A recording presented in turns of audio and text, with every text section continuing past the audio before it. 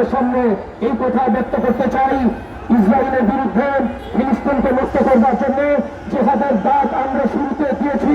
জেহাদের জন্য বের থেকে আমি ব্যক্তিগতভাবে বের হয়ে গিয়েছি।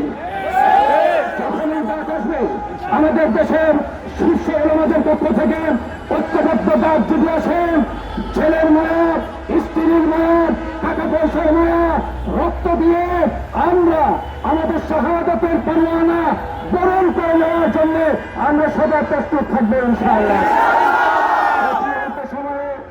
অল্প সময়ে আমাদের এই ব্যানারের ডাকে আপনারা উপস্থিত হওয়ার জন্য সকলকে অন্তরে অন্তঃস্থল থেকে মোবারকবাদ জানাচ্ছি। সাময়িক অসুবিধার জন্য পথচারী আমাদের আমাদের জনগণ সাথীরা তাদের দুর্ভোগ যা হয়েছে সেজন্য আমরা ক্ষমা চেয়ে নিচ্ছি।